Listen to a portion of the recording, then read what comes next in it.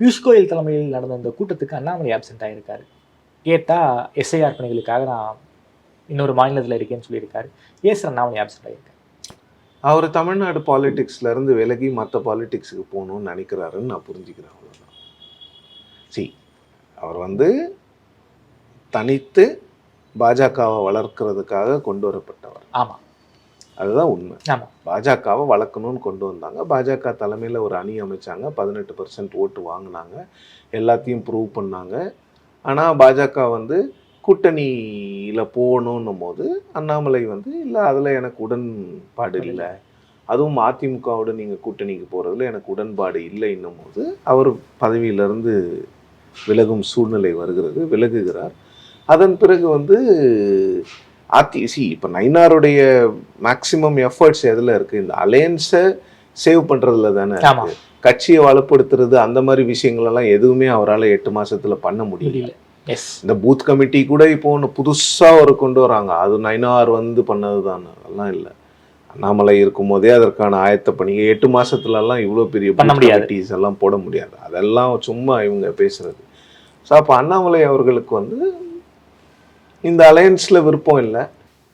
So அது கட்சி முடிவுக்கு மீறி போக முடியாது. ஸோ எனக்கு வேறு ஸ்டேட் கொடுங்கன்னு கேட்டு வாங்கியிருக்கலாம்.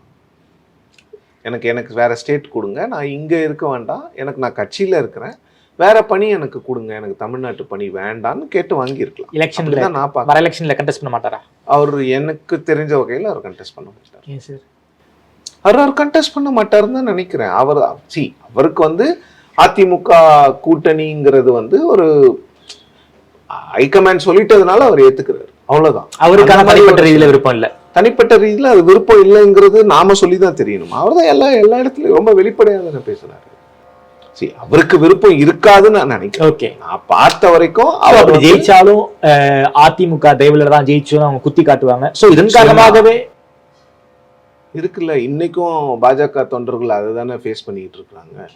எங்களால தான் ஜெயிச்சிங்கன்னு சொல்றாங்கல்ல. ஸோ அந்த பழி, அந்த சொல் வேண்டான்னு நினைக்கலாம்.